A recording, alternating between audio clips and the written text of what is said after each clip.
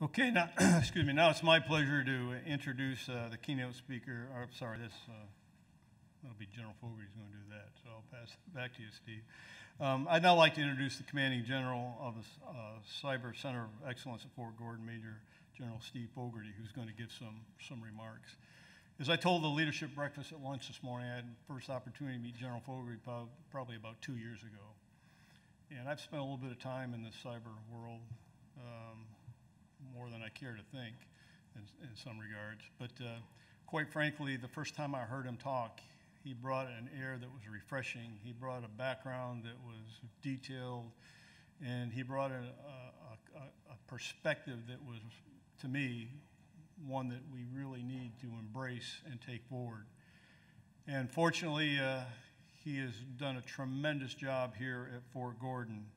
And for those of you who may not know it, Steve is a native of Savannah, Georgia, which is not too far from here. And he was commissioned in 1983 after earning his BA from North Georgia. And among his many duty assignments, taking command of the Center of Excellence were 3 tours in Afghanistan, including a stint from 2010 to 2012 as the Deputy Chief of Staff Intelligence, CJ2, for the NATO's International Security Assistance Force. And after returning from Afghanistan in 2012, he assumed duties as Commanding General of the United States Army Intelligence Security Command.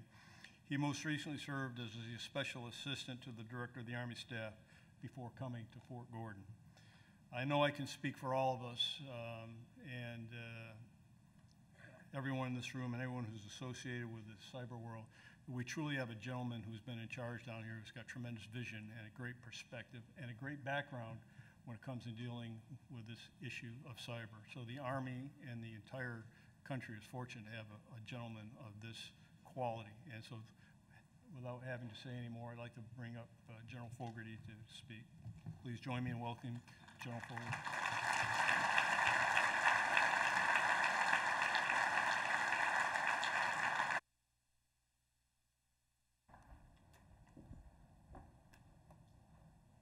So good morning, everyone. Welcome to TechNet Augusta 2016. I think this is going to be the best TechNet ever. And on behalf of the 26,000 military and civilian employees and their family members who work on Fort Gordon, I want to thank the great AFCEA team who worked so hard to make this event occur. And I really can't adequately thank Lieutenant General Shea, Lieutenant General Wood, Colonel Mike Warlick for all they did to make TechNet Augusta 2016 a reality. I think, as you know, today we're already starting to plan the TechNet 2017, and this just becomes almost a labor of love between the center, between our industry partners, academia, the local community, and then the AFCEA team. Now, I want to make special mention to Mayor Hardy Davis, who's been such a great partner for us at Fort Gordon and really embodies what we mean when we describe this concept of Team Gordon. As I look at this week's schedule, I'm excited to see the lineup of keynote speakers and panels representing DoD, other government partners, academia, and industry. This is the largest TechNet Augusta, and I believe it confirms that Fort Gordon and Augusta have become the center of cyber, signal, intelligence, and electronic warfare operations, training and education, and innovation, the largest center outside of the MDW area in Fort Meade. This year's theme, Cyber in the Combined Arms Fight, highlights the significance of cyberspace operations as a form of maneuver and recognizes the interdependency of cyber, signal, intelligence, electronic warfare, space, information operations, and fires. And it recognizes that cyberspace operations are inherently joint, intergovernmental, multinational, and commercial, and that ultimately commanders recognize that dominance in cyberspace is essential to our ability to win in a very, very complex world. Now, the Army integrates maneuver in cyberspace with the other forms of maneuver to deny the enemy's ability to conduct operations in cyberspace while preserving U.S. freedom of action. And you'll see that, you'll hear that, you'll read that line over and over again. Because we don't do cyber for cyber's sake. And I'm going to give you some real-world examples as I talk over the next couple of minutes and really set the stage for Lieutenant General Ben Hodges, the commander of U.S. Army Europe, who actually lives in this environment and has to operate in this environment every single day. Now, there's no better place to discuss cyber in the combined arms fight than Fort Gordon and Augusta, Georgia. Fort Gordon is the home of the Army's Cyber Center of Excellence, NSA Georgia, the Intelligence and Security Command, U.S. Army Network Command, Navy Information Operations Command, Georgia, the Air Force's 480th ISR Wing, and significant contributions from the United States Marine Corps. And I haven't listed our cyber because that's still a work in progress. There's a large footprint forward, whether it's the Cyber Protection Brigade, that's really a new organization, has been in existence less than 2 years. The footprint from Joint Forces Headquarters Cyber out at the White Law Complex, but they will award a contract and break ground on their new almost $500 million facility later this year. Mr. Ron Pontius will actually be a keynote speaker tomorrow to talk to you about that effort. Now, as I look out across Augusta and the CSRA, I see power players like Janus, Unisys, General Dynamics, Booz Allen Hamilton, the Southern Company, Augusta University, Georgia Tech, Armstrong State University, the University of South Carolina, the Department of Energy's Savannah River site, and a range of other high-tech partners that are working to build partnerships that cross government, industry, and academia. And I hope you're as excited as I am for the possibilities that we have to explore over the next 3 days. As General Shea mentioned, we just concluded a 3.5-week exercise, CyberQuest 2016. It's the first event of its kind at Fort Gordon. It was led by the Cyber Center of Excellence's Cyber Battle Lab, and I think it really put us on the mark. As I told that team as we did the outbrief last Thursday with our cyber commander present, the G6 of the Army, and a host of other senior military officials, that this really marked for us the transition from the Signal Battle Lab to truly the Cyber Battle Lab. And I think what's really important is to remember 3 years ago when I took the stage, this is not about isolating the Signal Corps. Matter of fact, when you look at the Signal Regiment's contribution to cyberspace operations, I estimate 80% of the force that works in cyber every single day actually is from the Signal Regiment. And so that's really important. So this is not at the exclusion of one tribe or the promotion of another tribe. This is the reality that effective cyberspace operations is the effective integration, the effective collaboration of multiple tribes representing intel, cyber, signal, electronic warfare, IO, space, and yes, the fires community. What I thought I would do is just share a few thoughts with this audience that captures some lessons learned over the last couple of years, and with a fine point on some lessons we've learned really in about the last 18 months that have helped accelerate how we look at this space and why we picked, in conjunction with ASEA, this year's theme, Cyber and the Combined Arms Fight. So next slide, please. So if you look at this, and there are many ways of depicting a threat, and I'm actually not going to belabor this slide because there's really one important chart that I want to spend some time walking you through. But I think we can all agree that the environment that we face today is increasingly more complex and complicated. And so as we approach this space, we're going to have to approach it with, I think, a different approach. And that's what we're going to discuss over the next couple of minutes. And as I look at what we've learned from watching potential adversaries, threats, all types of malign actors, whether they run from criminal to insurgents to state-sponsored hacktivists or whatever you want to call them, that the way we approach this space cannot simply be done by our nation's just very small cyber force. And if we try to constrain ourselves to just a few thousand professionals that we'll tag as cyber, then I think what we end up doing is losing the greater vision, which is how we bring in experts from a lot of other communities that can then interact, collaborate effectively to get after some of these threats. If you look at the IED analogy, we didn't disrupt the IED threat by walking around and trying to dig up a bunch of IEDs on the ground. We looked at finance. We looked at the networks that reached around the globe, the supply chains. We looked at this very holistically, and it took a whole of government approach to deal with that threat. And that threat remains. And it's still a whole of government approach to dealing with it. And so what I'm going to ask you to do is select the choice that I made as I came into Fort Gordon as an intel officer into the home of the Signal Corps and look at all the opportunities, frankly, that presented themselves. And what I'll start this discussion with is this thought, that failure to change in this space, failure to change the way we view this problem, failure to change the way we look at this problem is a decision to fail. And so failure is not an option in this space.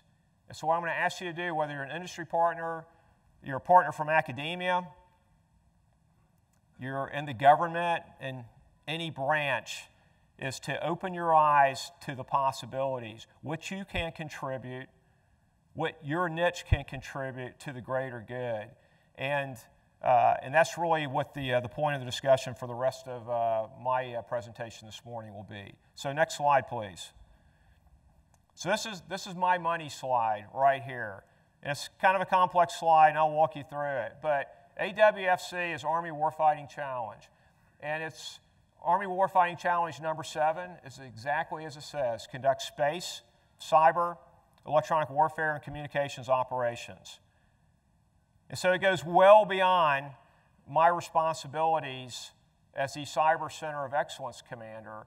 And so I don't own this problem, I lead this problem for the Army. And Army Warfighting Challenge number 7 is one of 20 high-order problems that TRADOC, Training and Doctrine Command, leads on behalf of the Army. And so as I look at that problem statement, what it tells me right from the beginning is I have to work with a lot of different partners, from SMDC, RSTRAT. I have to work with the CIO G6. I have to work with our cyber. I have to work with the Intelligence Center of Excellence, the Maneuver Center of Excellence, the Fire Center of Excellence, a range of partners in order to provide solutions to this problem. Now, I've told very senior audiences for the last 16 years, we have deployed the most capable communications this nation has ever taken to war. Does anybody want to challenge me on that? I was at the Fire Center. I spoke at the Fires Conference about 6 weeks ago. And I threw that challenge on the table, and no one was willing to challenge me on it because I think it's a fact. Actually, I believe it's a fact. And when you're that successful, what's the impetus to change? Why would you change? Why would you innovate? You've been wildly successful in your mission. And here's the challenge. Our adversaries did not contest us in that space. Most of our problems were self-induced. It was failure to properly deconflict. It was fratricide in the electromagnetic spectrum on the network. That was our greatest problem, was deconfliction, operating in a very congested information environment. And what I will tell you is what we have observed over the last 18 months in particular is that if we continue to operate under that mindset that providing communications, providing access to the network is a service and it's not an operation, then I think we're going to set ourselves up for failure.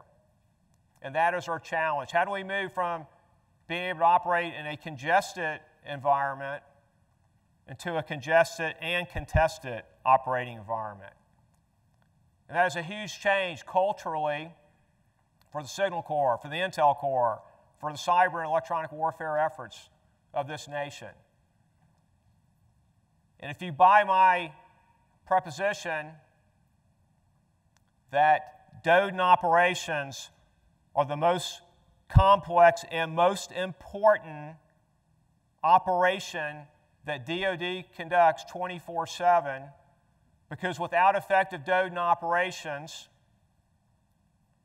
we don't have effective mission command, we don't have precision fires, we don't have joint ISR, we don't have joint logistics, we don't have telemedicine.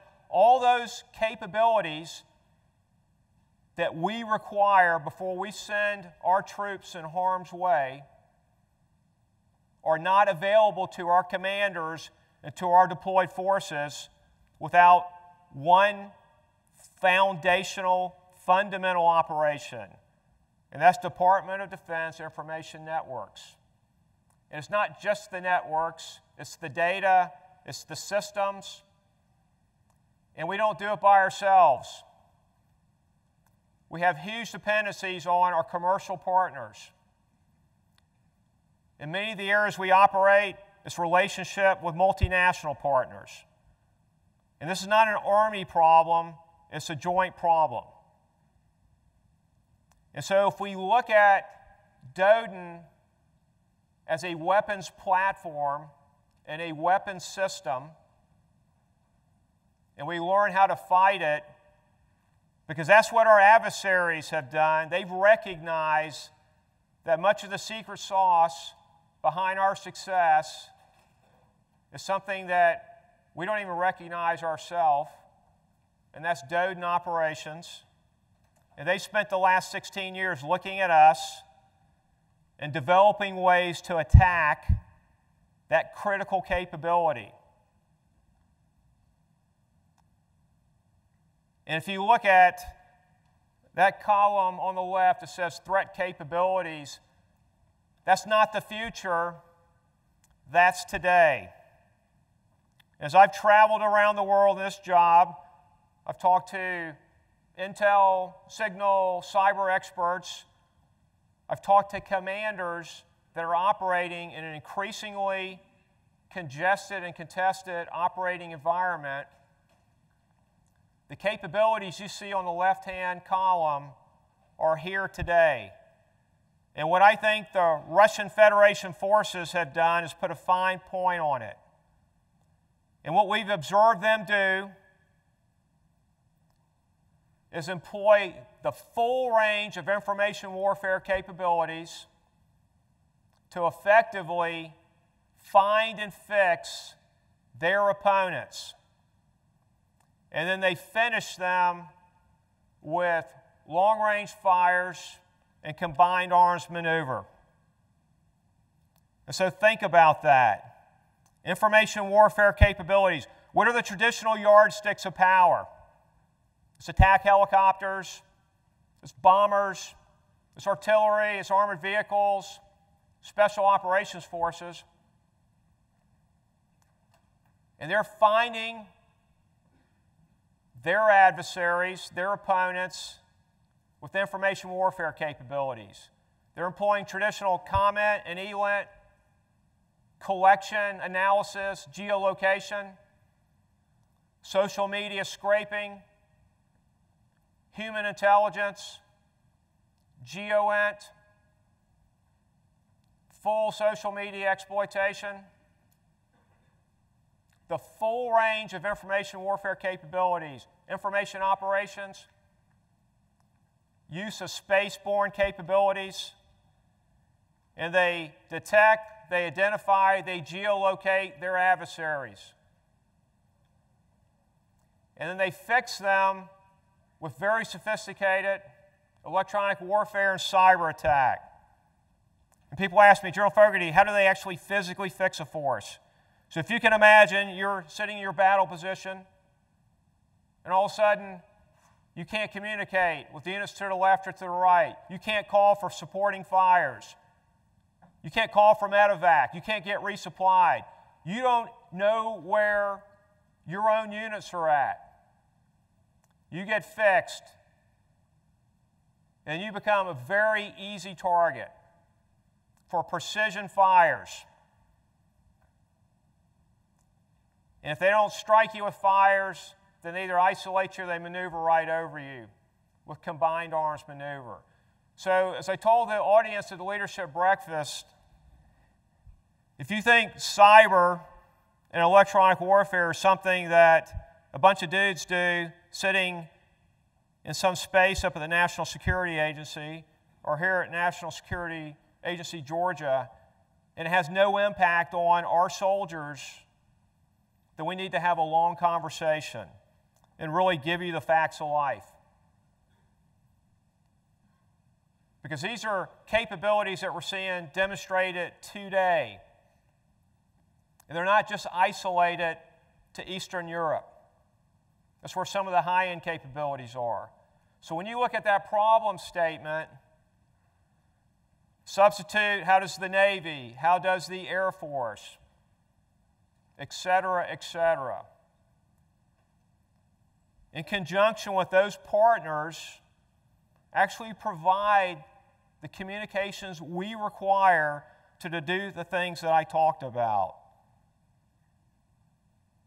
So what you understand very quickly is that this isn't a service, it's a warfighting capability, and that DODN, in fact, is a warfighting platform. And so it has to be defended. That's why we have defensive cyberspace operations. It can be used as a platform for offensive cyberspace operations. And the traditional dividing line between electronic warfare and cyber has all but disappeared, except in our minds, in our cultures. So we got to break down those mental barriers. We got to figure this out very, very quickly. Now, when you look on that right-hand side of the chart, the vulnerabilities, which could also be translated as dependencies, this is how we've operated successfully for the last 15 years. And in some environments, we will continue to be very, very successful. Those are environments where the enemy does not have modern electronic warfare or cyber capabilities. And as those capabilities become more ubiquitous, then the threat continues to change. And therefore, the days of the six providing a communication service without being informed by the two or our cyber experts is long over. And so this collaboration that has to occur real time is really the secret to success. Because that's what the Russian Federation forces are doing, and they don't have a multi-billion-dollar program of record to present this capability. So this is the problem. Now, if you look at these key capabilities gaps, these are those high-order gaps that we need your help to solve. And we can't do it alone. We're going to do it in conjunction with industry, with academia. We're going to do it with our multinational partners. And if you think about this exercise I just described, CyberQuest, which actually built on an exercise that SERDEC ran up at McGuire Fort Dix in April called Cyber Blitz. This is what we're trying to get after. And so I think there are huge opportunities. But make no mistake, this is an operational imperative. Because every day we delay puts U.S. forces actually on the ground at risk. So what I'd like to do is transition, and I think General Hodges, sorry, can you hear me? Yeah, that includes Chief. Okay, sir. So it's an absolute pleasure to introduce our keynote speaker to kick off TechNet Augusta 2016. Lieutenant General Ben Hodges, the commander of U.S. Army Europe, lives and operates in that very complex and complicated operating environment for cyber and electronic warfare that I just described. Now, Lieutenant General Hodges has commanded at every level, and his extensive experience leading joint and combined forces in Iraq, Afghanistan, most recently in Turkey, actually make him a subject matter expert on what the requirement is. So we don't want you to hear it from me, the intel geek. We want you to hear it from the actual operational commander who's living in this environment. And I'm incredibly proud to introduce a senior leader who's been a tremendous mentor, friend, and role model for me. And we were recently in Europe actually watching his forces operate as part of a combined operation in Poland. And I'm going to turn it over to you, sir, to give us your challenges, your issues, and the opportunities actually that you see presenting to your forces in Europe. Thank you.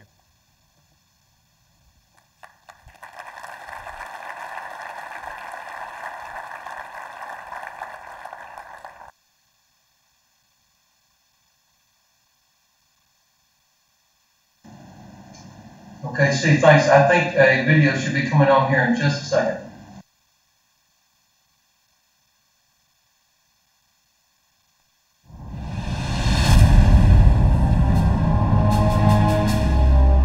To meet new security challenges, we're adapting using a new playbook, an approach that is both strong and balanced. NATO allies are only growing more united. Our troops serve shoulder to shoulder, training together, exercising together. So you're sending a powerful message that NATO, including the United States, will defend all of our NATO allies. As NATO allies, we stand together. We stand as one.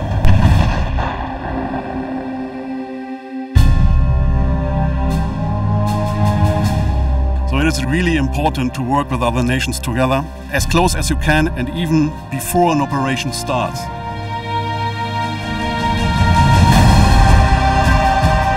U.S. Army Europe represents the U.S. commitment to the alliance. It's forward station forces that have relationships and long-standing exercises with our allies. The number of troops we have in Europe forward stationed today on a permanent basis is somewhere around 30,000 or so. And that is significantly smaller than we've had in decades past. So the rotational forces play a key role in that. This is an opportunity for the regionally allocated force to work with our multinational allies in a complex environment every day, and we will continue to develop those relationships because the interoperability is key. Right now we're proving the capability that through our readiness we can bring a mechanized force up to a German training center and work hand in hand with our allies ready to execute an operation. When the National Guard deploys forward to Eastern Europe, they bring capabilities that augment what we have in Europe, as well as continuing to develop relationships in our allies. The unique value of the state partnership program is we maintain the continuity over time. So we're able to build relationships and develop trust, and I think that's an absolute critical part of maintaining a strong Europe. Our Army Reserve really are sort of twice the citizen. They bring all these unique civilian acquired skills. They're serving as civilians during the week. They're a part of our units. But on battle assembly weekends, they put the uniform on. And then the chance to serve in Europe, I don't think there's anything better. What we're doing in terms of training with our partners across the multinational forces is exactly what makes our Army great. It's what enables us to be not only Army strong, but to demonstrate and exemplify a strong Europe. As part of USAR and Strong Europe today, we face a number of threats in the cyber arena. So U.S. Army Europe is working with our allies within NATO and improving our interoperable capability. We have a lot of missions that are going on here in USAR. In order to accomplish those, we expect our young captains, our first sergeants, team leaders, platoon sergeants, all to be actively engaged with our allied nations and our partners. Some of them are meeting ambassadors, they're meeting heads of state. So there's no better place than in USAREUR to develop those junior leaders. We're representing not just 173rd or 191, we're an actual representation of the U.S. Army. And the guys understand that, and we're here and ready to go. The environment of the future is going to be a very complex environment. It's going to be a multinational environment, changes very quickly. So when you take a look at United States Army Europe, it's almost custom made to do that. I mean, it's right here in the middle of a very complex part of the world. Every day they work with multiple partners. They're working in multiple domains.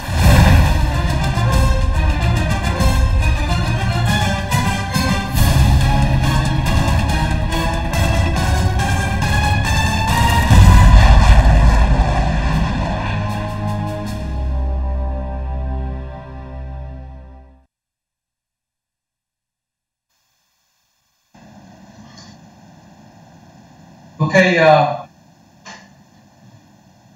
know that many of you are anxious to go find a re-enlistment sergeant and take a berth of 6 for U.S. Army Europe. So if I see you get up and head to the door, I know that's what you're going to do. Steve, thanks very much to you for the opportunity. Mr. Mayor, I sure wish I could be there in person in your great city, but thanks for letting me be a part of this. At first I thought Steve Fogarty was joking when he asked me to speak at an AFCEA tech conference event talking around cyber. Those of you who know me as an infantry officer, right now my physics and electrical engineering instructors would be laughing their ass off if they knew that I was actually participating in a conference like this.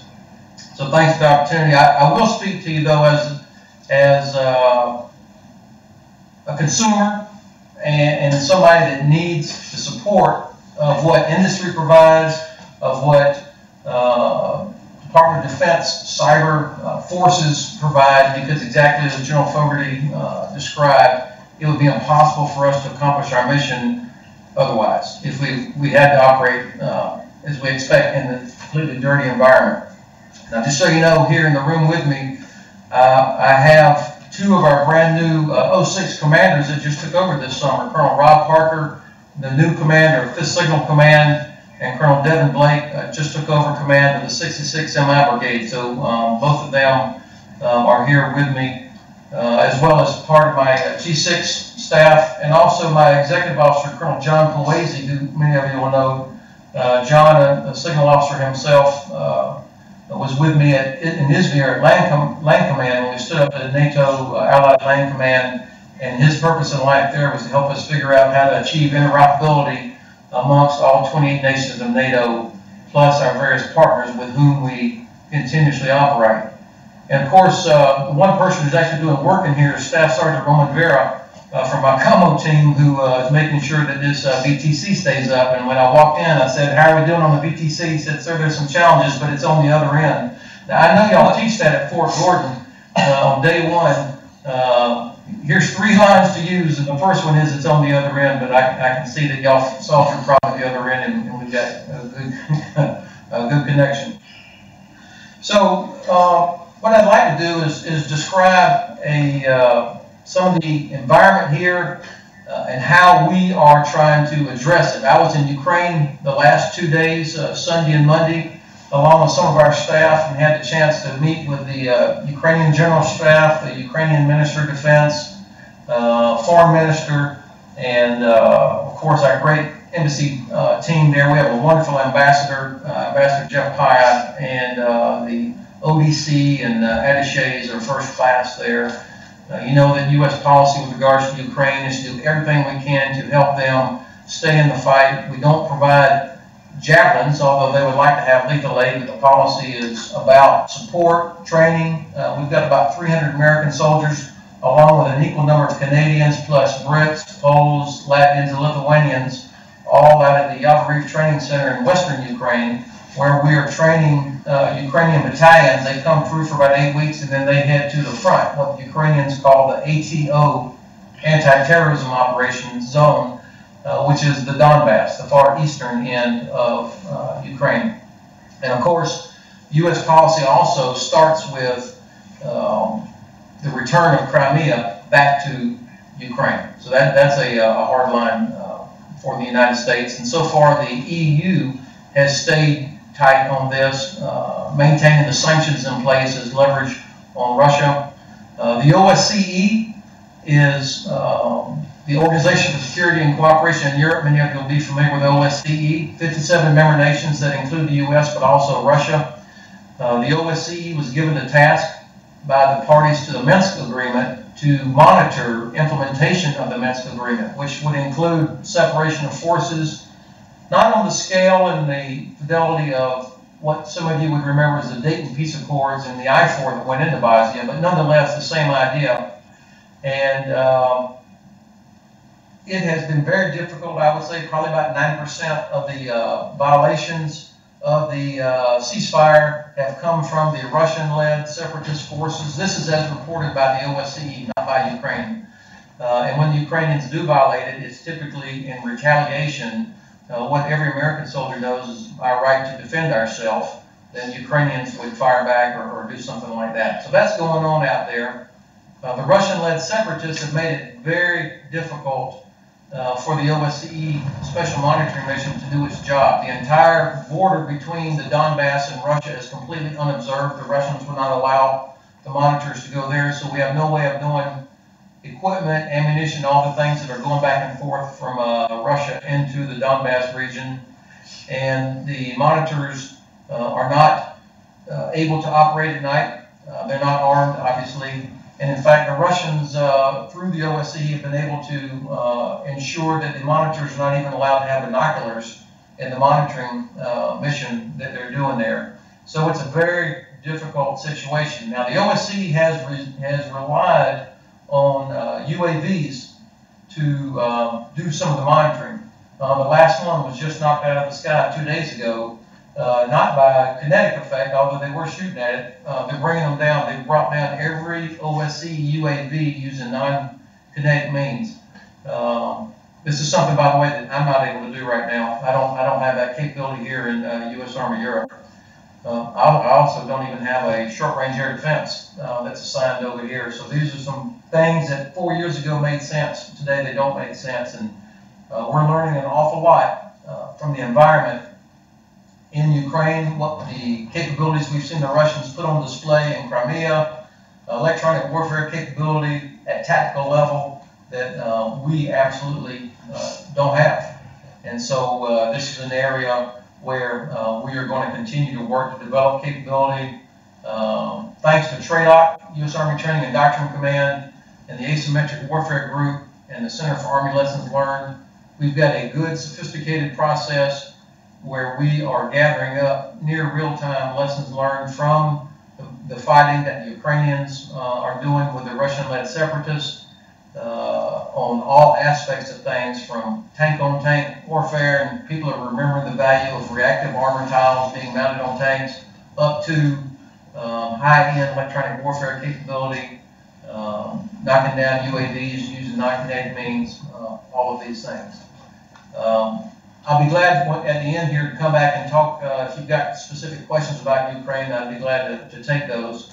The last point I would make up front about Ukraine is we were leaving. I spoke to a senior official American, and I said, assuming no change to U.S. policy on what can be provided, what is the number one thing that we could provide that would have an immediate impact in favor of the Ukrainians? And he, without hesitation, said secure communications. They are getting hammered because they do not have the ability to talk secure, and everything that they say, whether it's on a tactical FM or cell phones, and everything in between is intercepted, jammed.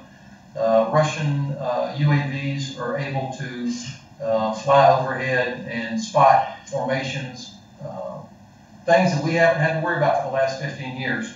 And then they've got long-range precision fires that are connected to their UAVs, and it is a pretty lethal battlefield. About 8,800 Ukrainians have been killed over the last 2 years, military and civilians, as a result of that, and about 15 have died just in the last 2 weeks. So this is still an ongoing fight in eastern Ukraine. The U.S., we have provided 6 Q-36 radar to them. 2 of them have been at the front in the ATO. We're doing some work on them, but great work by the depot at Tobyhanna and General Crawford's team to provide that capability. 4 new ones have just arrived, and we have a training package with them. Ukrainians are very technically savvy. They have no problem. In fact, the Q-48 radar we had given them earlier, turns out that radar is better than we realized. They've figured out how to take the governor off, or whatever the equivalent would be, and that radar is much more capable than we've seen, because none of us, certainly nobody here in my headquarters, has ever been under Russian artillery fire or Russian rocket fire the way the Ukrainians have, and so they have gotten very innovative using what's been provided to them. So what's going on now? Of course, the NATO summit at Warsaw just concluded in mid-July. 2 or 3 key things came out of there. I think most of you are probably aware. Number one, the unity of the alliance is still very strong, and this is critical. That's the number one thing that the Russians would like to see degraded, is the unity of the alliance. NATO is not perfect, but it is the most successful alliance in the history of the world. 28 nations committed to collective defense of each other, and that was reinforced at NATO with this, specifically talking about 360, meaning it's not just the security of the Baltic countries and Poland against Russia, but also the security of our allies on the southern flank, Italy, Spain, France, Portugal, countries that are much more worried about floods of refugees coming across from North Africa, Islamic extremism, those kinds of threats as well. But nonetheless, all 28 affirmed their commitment to the alliance and the unity of the alliance. That's the center of gravity. The United States, our president's made clear, the United States is not going to do anything by itself. And it doesn't matter whether it was President Obama or his predecessor. We realize we cannot do anything by ourselves.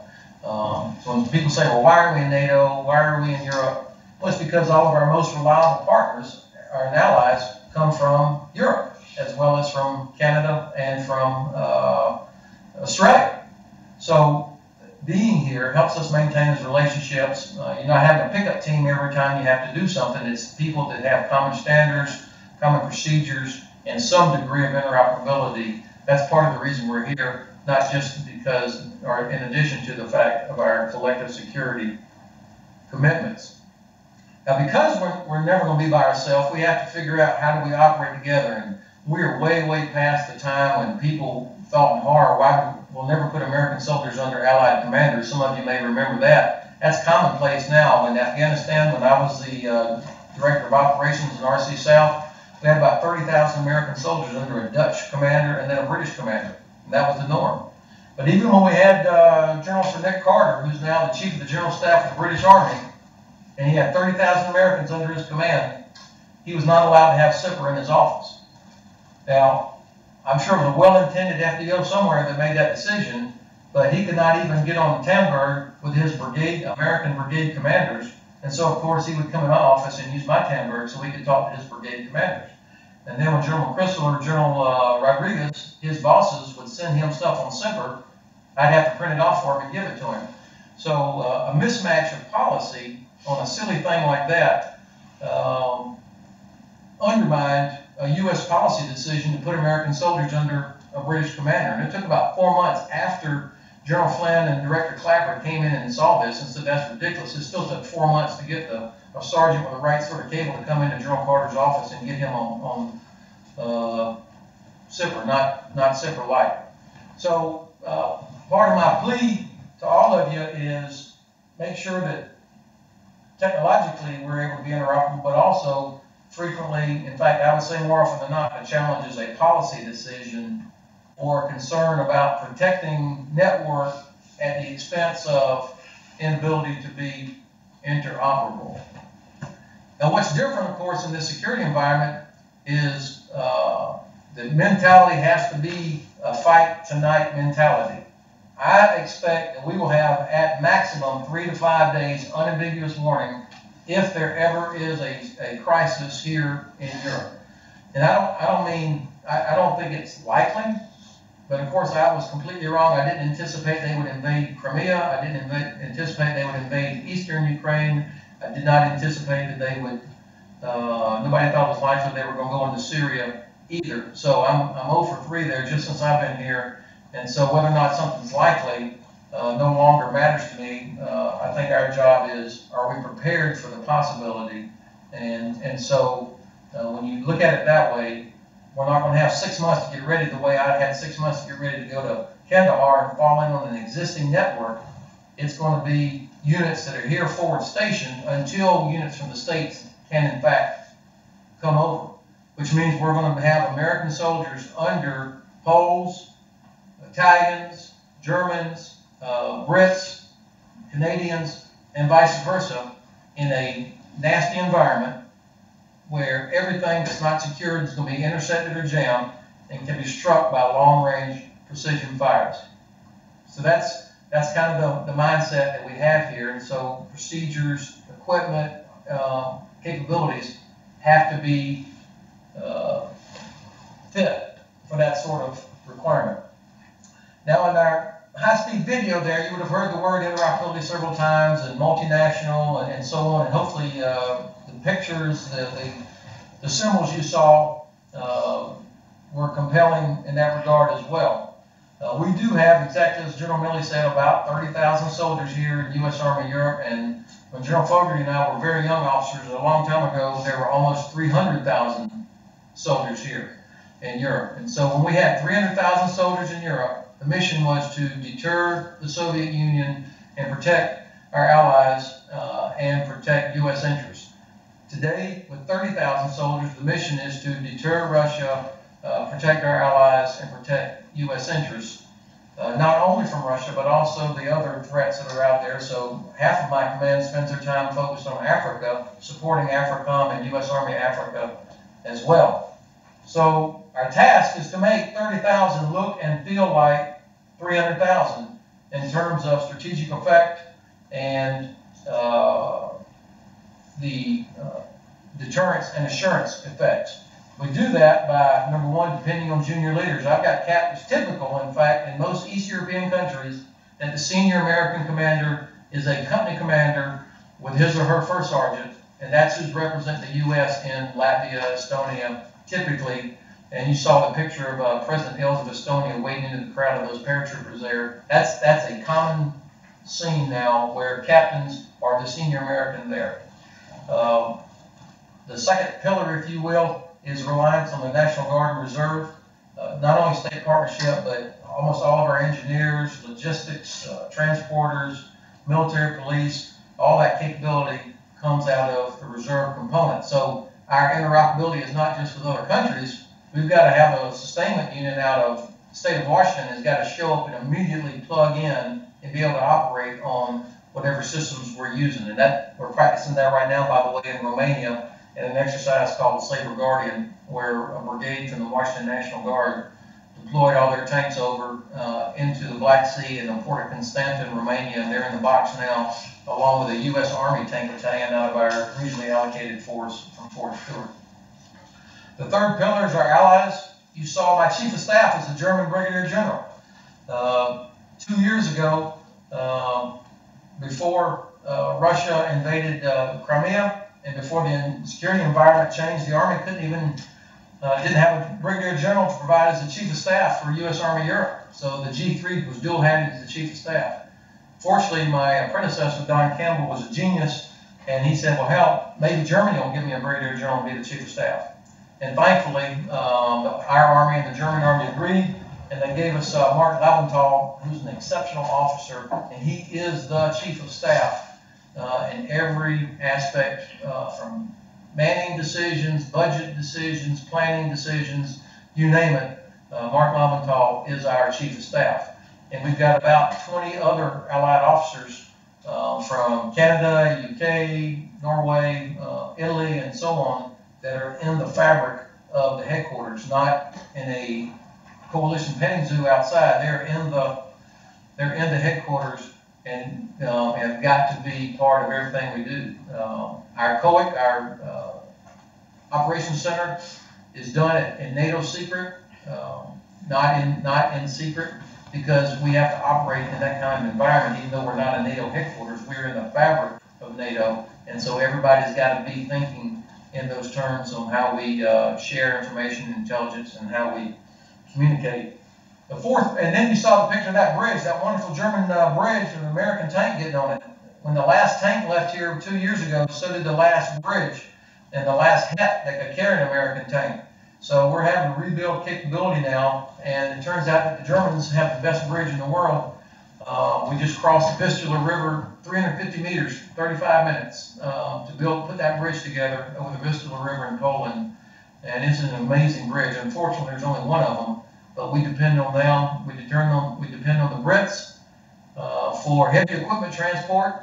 Turns out an American Het doesn't have enough axles, and the weight of an M1 tank now, fully loaded at 72 tons, exceeds the weight per axle regulations of the EU. So we are now leasing British HETs so that we can move our armored vehicles around Europe. So these are parts of interoperability. Had a young female lieutenant figured out that, we probably that worked in our sustainment brigade, she figured out we're probably going to have to refuel other countries' vehicles and vice versa. And of course, the fuel nozzle from an American tank and pump unit does not necessarily fit into a Polish tank or a German truck or a French armored vehicle. And so she went to work, and there actually is an adapter sort of kit, and you get different nozzles. But these are the types of things we're thinking through on the premise that we're going to have to come together on very short notice and be able to operate. So the same thing extends to our communications in the environment in which we're going to work. We're not going to have 6 months to get ready to figure out how does my Harris radio talk to your Harris radio, how does my COP, how do my icons populate your COP. We can't assume that everybody is going to buy American. Certainly, I hope my government continues to protect the American defense industry and buys American. But the fact is, we're going to have American soldiers under Polish commanders. We're going to have German soldiers under American commanders. We're going to have British artillery shooting in support of American units based off of American counter-fire radar. And you got to be able to snap that together in about 3 or 4 days under pressure.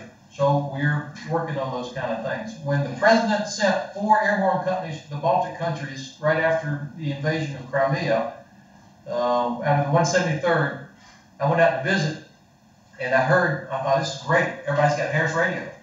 And so I talked to the company commander who was working for a Lithuanian battalion commander and I said, man, this must be awesome. He goes, sir, actually it's not. I can't talk to him at all because the Harris radio he has, and this is not a shot on Harris, this is a policy decision about export encryption. So you've got a mismatch of a policy on that to a policy decision where our president puts a company of American soldiers under Allied command as an immediate response to a threat by Russia to assure allies.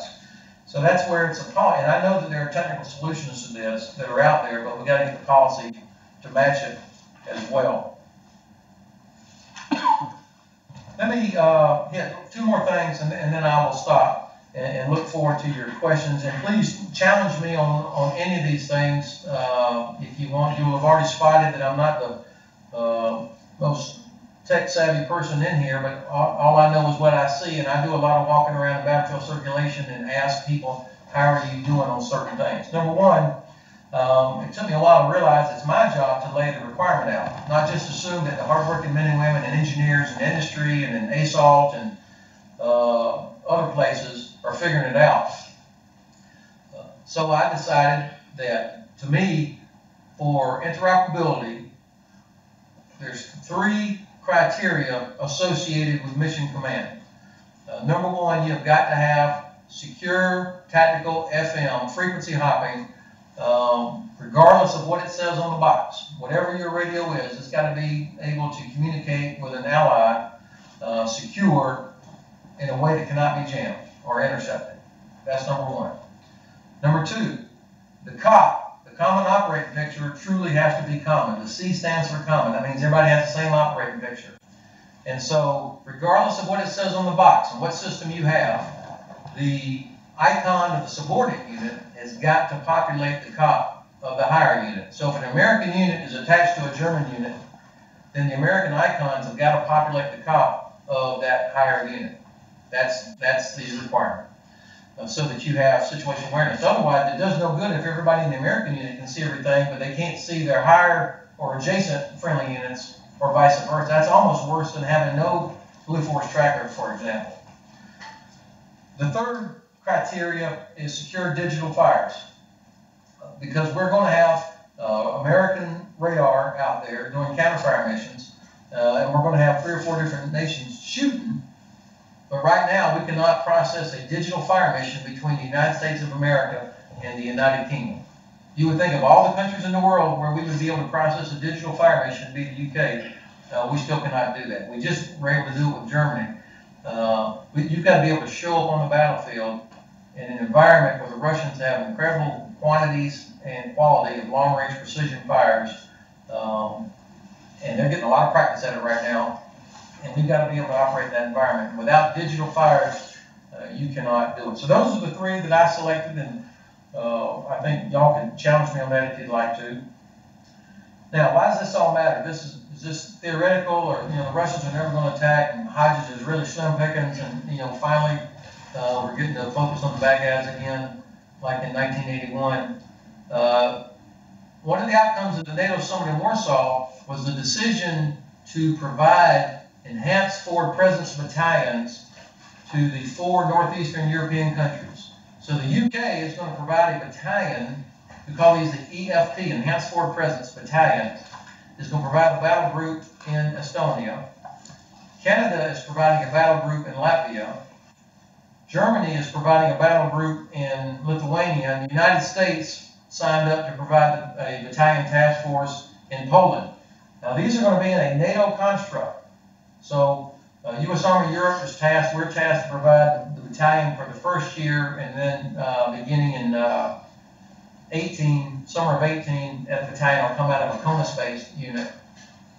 So we're going to use our Stryker regiment. So we're going to have a Stryker squadron out of Vilseck, Germany, starting in probably May 17. We'll be living in Poland under NATO or Polish command by itself out there in the northeast corner of Poland.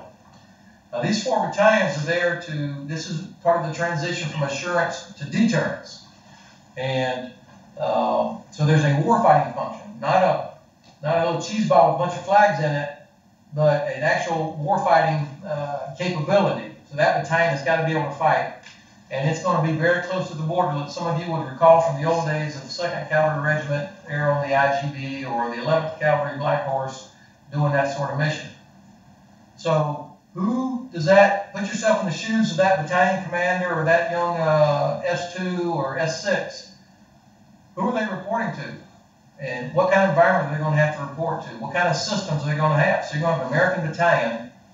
It's got the best stuff in the world. It's going to be reporting to another nation in that kind of environment. There's short-range air defense, their fires, radar coverage, mission command is all coming from a NATO headquarters, and they've got to be prepared to fight immediately in a very ambiguous situation. The Russians, if there ever was a crisis, they're not just going to line a bunch of tanks up where you could identify it. This is going to be a nasty kind of environment where people are going to have to make decisions without perfect information. I think I'll close by saying, we're trying to heal ourselves too. We just hosted an annual event here last week, the Use Your Cyber Summit. This year was the 2nd time where we invited allies and partners to come be a part of it. A couple of the highlights that I would want to bring from this. Number one, we do our own cyber testing. We call it Cyber Shock, where our G6 goes after certain units through phishing, penetration tests, pretty basic stuff. And we've actually done pretty well on certain things. Our assessment is that we've got a good outer defense, but once you're free, once you penetrate the outer shell, then you can pretty much, it's a pretty bad day for us. So we've got a lot of work to do ourselves on this, but what we've also realized, and I think people in the room there would probably agree, that there is a lag between the cyber standards and the actual hardening of the various programs of record for our mission command system. And the scorecard system doesn't quite reflect that. In fact, everything is aggregated so that we, when I say we, that's the collective DOD, we don't see ourselves accurately. We've got to address the hardening of our systems, our programs, as well as making sure that each unit and our operators are doing all the right things. The vice scared me to death about a year ago. He said, man, if you commit a foul on cybersecurity, that's the same thing as falling asleep at the gate of your fob and letting a bunch of Taliban get inside the fob and kill everybody. It's the equivalent, and he got my attention on that. So we're working hard to fix ourselves and provide useful feedback to the Army. Okay, I'll stop there. I probably went about 5 or 10 minutes too long, but I look forward to any questions as long as General Fogarty allows me to stay on the nest. Thank you.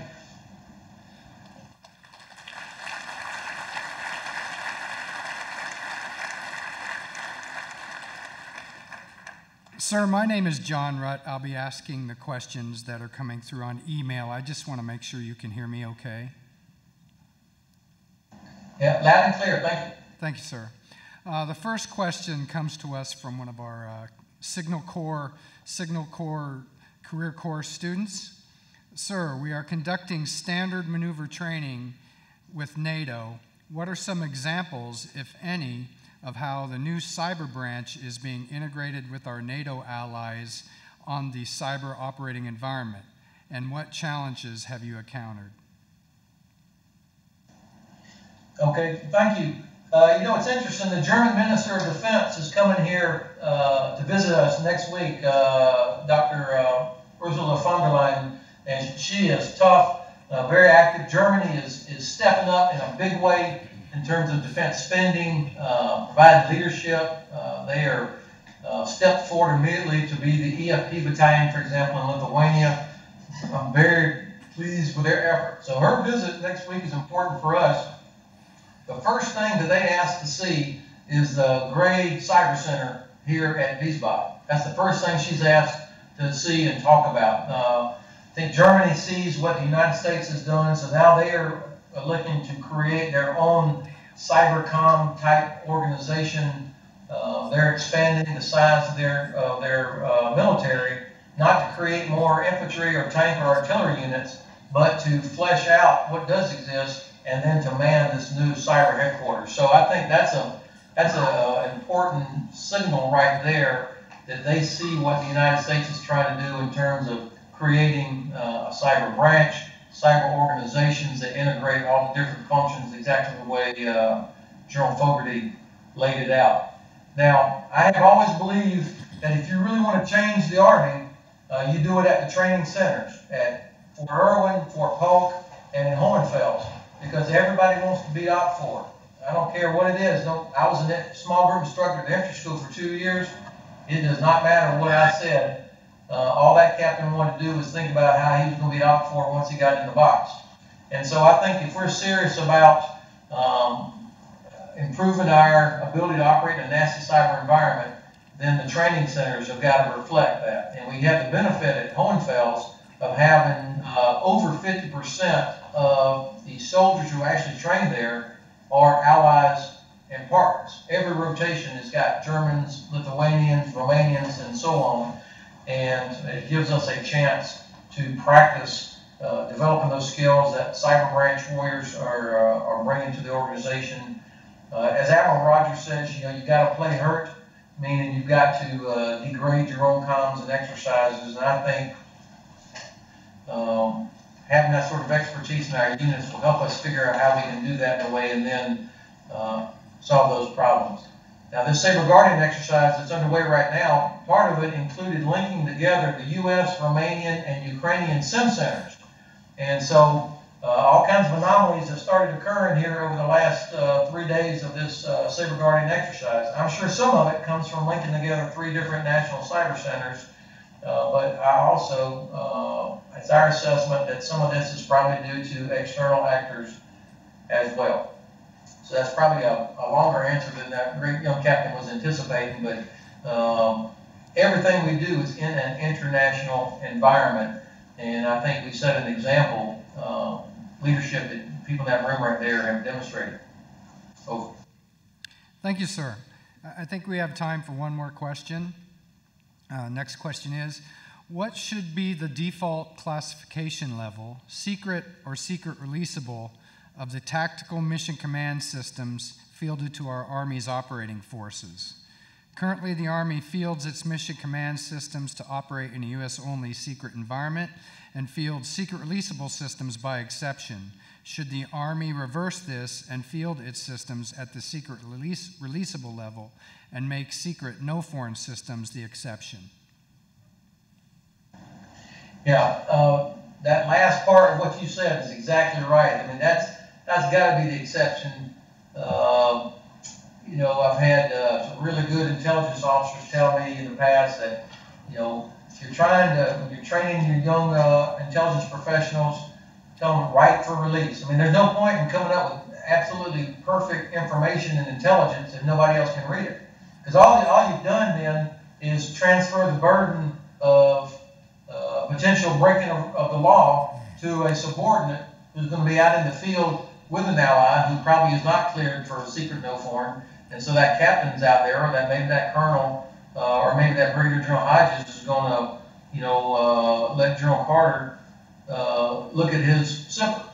So the policies ought to reflect the reality of how we are going to operate. Now, for sure, every nation, not just ours, has things to protect. But I would bet you $10 that probably 99% of stuff that is classified as secret no foreign does not need to be secret no foreign.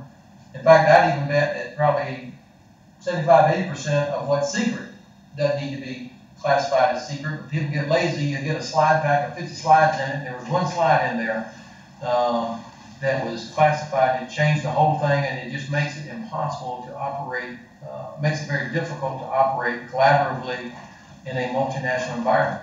I mean, unless you're invading White Sands or Fort Irwin, you're never going to be by yourself. You're always going to be with allies, and not everybody's Five Eye.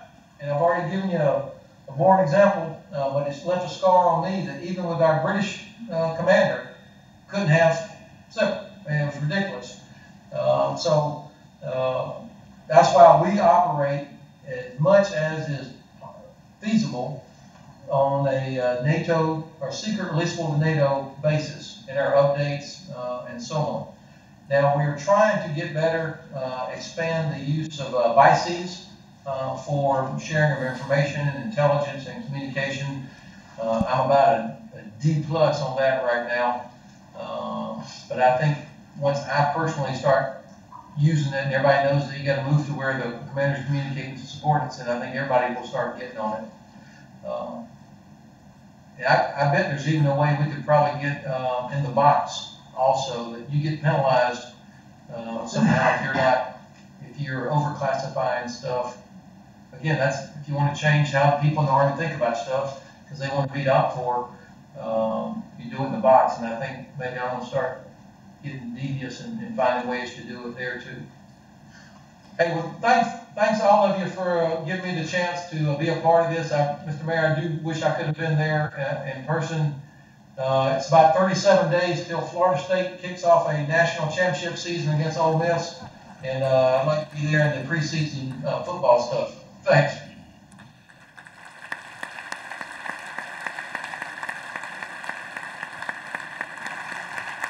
Please welcome to the stage Lieutenant General Bob Wood, U.S. Army retired, Executive Vice President, AFCEA International, to formally thank General Hodges on behalf of AFCEA and our audience. General Hodges, it's certainly a pleasure to open this conference with your comments. General Fogarty's intuition was exactly right. You were the perfect speaker that gave us the operational focus we needed and no doubt gave us some great challenges. The notion of going from assurance to deterrence certainly rings true with some of us who spent a long career with Europe and in NATO. Thank you so much for laying the requirements out. You're right. That's exactly the level of requirement statements we need. Straightforward, simple, and from the operating commander. Very, very helpful. Thinking about that S6 or S2 down in that enhanced battalion is really a mindset that all of us can keep as we go through this very busy series of meetings and conference activities. Just think about how that task and how that purpose has to be accomplished very much by the people that we see in the room, students being trained, leaders leading in the cyber force and in all of the activities here at Fort Gordon. So thank you very much for laying it out so clearly. We thank you, and on behalf of you, we'd like to present, AFCEA will present a donation to the Fisher House. Thank you very much, General Hodges. Let's give him a hand.